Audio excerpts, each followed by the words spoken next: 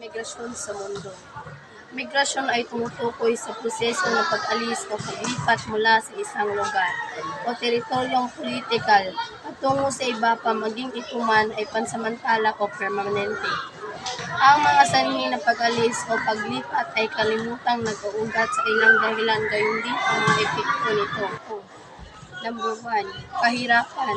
Pangalawa, kawalan ng hanap buhay. Pangatlo, kaligtasan. Pang-apat, katiwalian. Pang-lima, discrimination at pampolitika.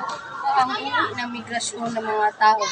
Ito ay maaaring panloob o panlabas. Ang panloob na migrasyon, internal migration, ay ang migrasyon sa loob lamang ng bansa. Maaaring magmula ang tao sa isang bayan, lalawigan o rehiyon patungo sa ibang lugar. Positibong epekto ng migrasyon. Number 1, nababawasan ng unemployment o kawalan ng trabaho at ang mga tao. Number 2, ang migrasyon ay nakatutulong sa pagpapabuti ng kalidad ng buhay ng mga tao.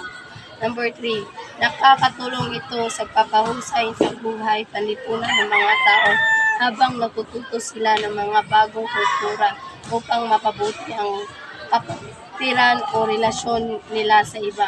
Number 4, ang migrasyon ng mga binasang magagawa at professional talentadong ay nagbunga ng paglago ng ekonomiya. Number 5, ang mga kabataan ay nakakakuha ng mas maganda oportunidad para sa mataas o magandang edukasyon. Epektibo. Ang pagkawala ng mga tao sa isang lugar ay may epektibo sa pag-unlad sa dakong iyon.